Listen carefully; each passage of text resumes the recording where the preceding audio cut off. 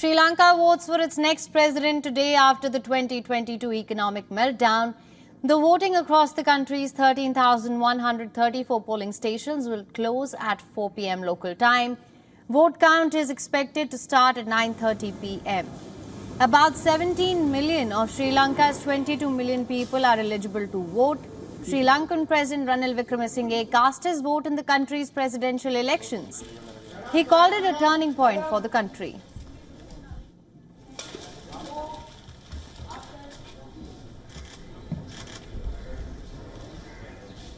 Hello. What does it mean for Sri Lanka? It's a turning point for Sri Lanka. To get away from the conventional politics which destroyed the country and the conventional economy which destroyed the country. And a new social system and a political system. Incumbent President Ranil Wickremesinghe is running for re-election as an independent candidate. Building on the success of his efforts to steer Sri Lanka out of the 2022 economic meltdown, which triggered massive protests and forced Gotabaya Rajapaksa to flee the country. Meanwhile, presidential candidate Namal Rajapaksa urged people to vote in large numbers after casting his ballot. Namal is representing the Sri Lanka Podujana Perumana party. The election results will be declared on Sunday. A total of 38 candidates are vying for the top executive post in the South Asian nation. Wickremesinghe is being challenged by Anura Kumara Disanayake from the Janata Vimukti Perumana party and Sajith Premadasa of the Samagi Jana Belavagaya party. Sri Lanka's first past the post system allows voters to cast 3 preferential votes for their chosen candidates, with the candidate that secures 50% or more declared the winner. Meanwhile, a total of 116 representatives from various international election observation organizations have arrived in Sri Lanka to monitor the upcoming presidential election.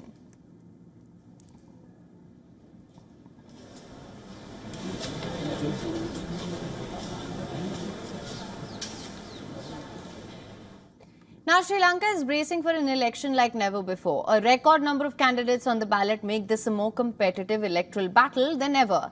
My colleague Dharamjot Kaur gets you a report on who are Sri Lanka's top presidential candidates. Take a look.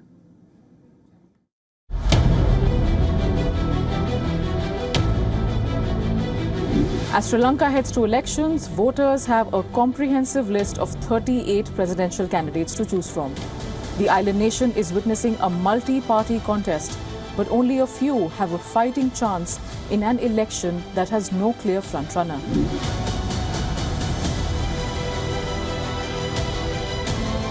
The incumbent Ranil Wickremesinghe is seeking a re-election after he took over a broken nation 2 years ago. Wickremesinghe served as Sri Lanka's Prime Minister a record 6 times in the past. But ahead of the polls, the leader of the United National Party failed to rally support from the SLPP. Instead, he found backing from more than 90 independent parliamentarians.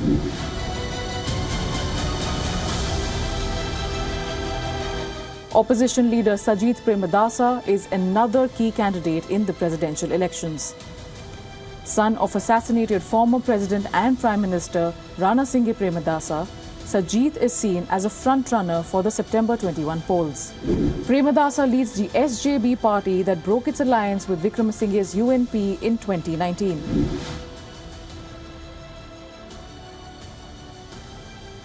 The third key candidate in the race is Anura Kumara Disanayake. Leader of the Janata Vimukti Peramuna, the 55-year-old is contesting as a National People's Power Coalition candidate. The NPP has only 3 seats in the country's parliament, but it rose to prominence after the 2022 mass protests.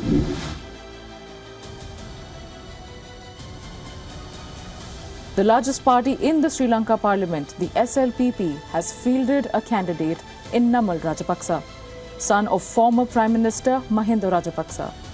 Nobody, including the party, expects him to win. But experts say Namal Rajapaksa's run in the upcoming election might help establish him as an heir of the Rajapaksa brothers' legacy after the political family's fall from grace following the 2022 economic meltdown. Now, the rules require a candidate to secure a minimum of 50% majority vote. But other presidential candidates representing community-specific interests hold the power to turn this into an unprecedented election by increasing the possibility of a preferential vote count to narrow down on a winner. But if there's one thing that all top candidates have in common, it's the promise of a bailout plan for Sri Lanka's broken economy that hit rock bottom in 2022. The road to recovery, though positive, has been long and slow. The big question here is, who has promised or done enough to inherit Sri Lanka's financial crisis and turn around the island nation's fortunes? All right, and for more on this, once again, we're joined by our correspondent Dasuni Athauda. Thank you so much for joining us on the broadcast. Dasuni, what can you tell us? What's happened so far? We're at the midway point of polls with the clock striking 12, which means there's only 4 more hours to go for polls before they close at 4 p.m. From what we've observed so far, there has been a steady inflow of voters from all walks of life who've been coming in to cast their vote. And when we do speak to them to get an understanding of what this election might be for them, a lot of them did point out that they are quite confident that this election, unlike previous ones, will be heading in to a recount, which means the preferential voting system will kick in and the counting system will exceed for more than 24 hours.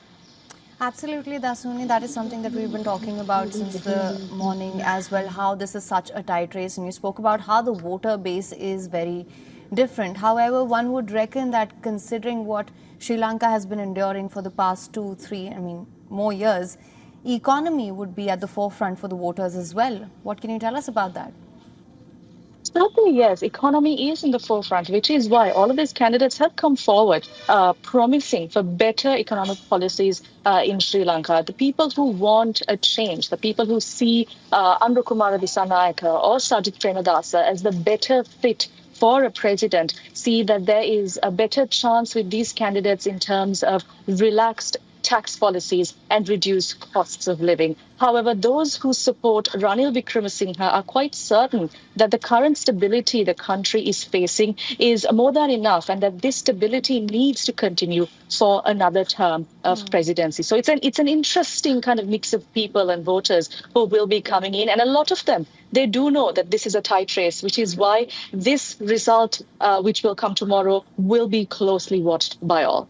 All right, well, Dasuni, thank you so much for bringing us the latest on this. For latest news, download the WION app and subscribe to our YouTube channel.